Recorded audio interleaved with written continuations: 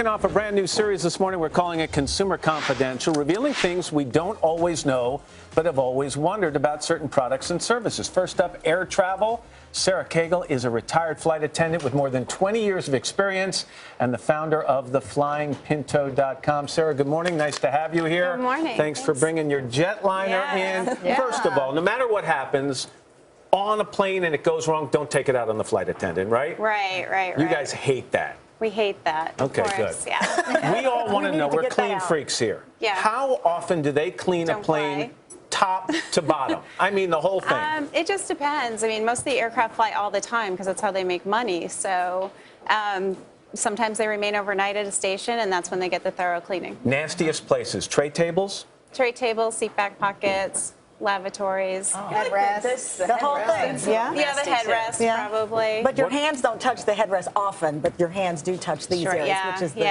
icky. You always bring those wipes with you, and That's what she does. I wipe down the whole. People look at me, and I'm like, "You want one?" I wipe down the whole thing. She wipes down the person sitting next to her also. What about those blankets you get in the sealed plastic bag? Have they really been cleaned? They've been washed, yeah, those are clean. Really? Because I doubted that. I thought that they just put them back in the plastic. If they're folded, the cleaners just picked them up off the seat and put them back. But Oh, good. Okay, so let's talk about the drink cart, because that's the big interaction with the flight attendants. Okay. What should we not drink?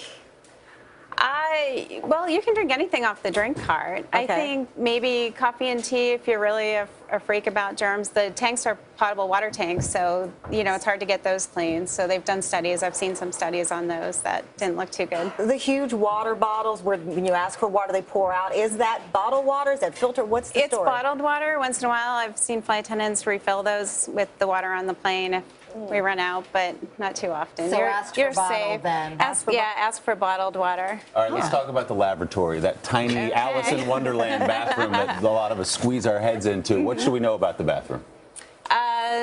They're small. You don't want to. I know that. You barely want to brush your hair in there, so I wouldn't do anything. You know what I'm saying? Can you get into the bathroom if someone gets locked in there? We can for emergency situations, and also we lock those during takeoff and landing because in case of an emergency, if you had to evacuate, those doors actually push in. Right. So we want to make sure that nobody falls in there. I'm going to ask the question that's on everyone's mind. I'll go ahead and ask it. Let's talk Mile High Club. Let's just get into it. How often does it happen? It's real. Yeah? Yeah, I haven't seen it. But I've seen two people enter the bathroom. And what do you do in that situation? Maybe one of them wasn't feeling well. Maybe. One of my very first flights, though, another seasoned flight attendant knew they were in there and I didn't. And then they came out a few minutes later and I looked like that, and he was like, go give them some ice, tell them this is for them to cool off. Oh, my goodness. So there's no real policy on it. Okay, let's talk delays. When a flight is delayed, sometimes it's because of the passengers as well. Why? It can be. Boarding is a stressful process for everybody, and if everybody brings on their carry-on bags, sometimes there isn't enough room, and that delays boarding a lot. And it's frustrating for the flight attendants also because don't you get paid when the doors close? Yeah, flight attendants and pilots don't get paid, and we just get paid for flight time, so we don't get paid until the door's closed as well. Interesting. There's a lot of dings going on in the airplane, but also when you're landing, the lights dim also. Is that part of the whole process? Is that necessary? Yes. We actually want your eyes adjusted to the outside in case of an emergency. You can escape. Never realized that. I didn't either. Somebody wrote in, is it okay to tip the flight attendants?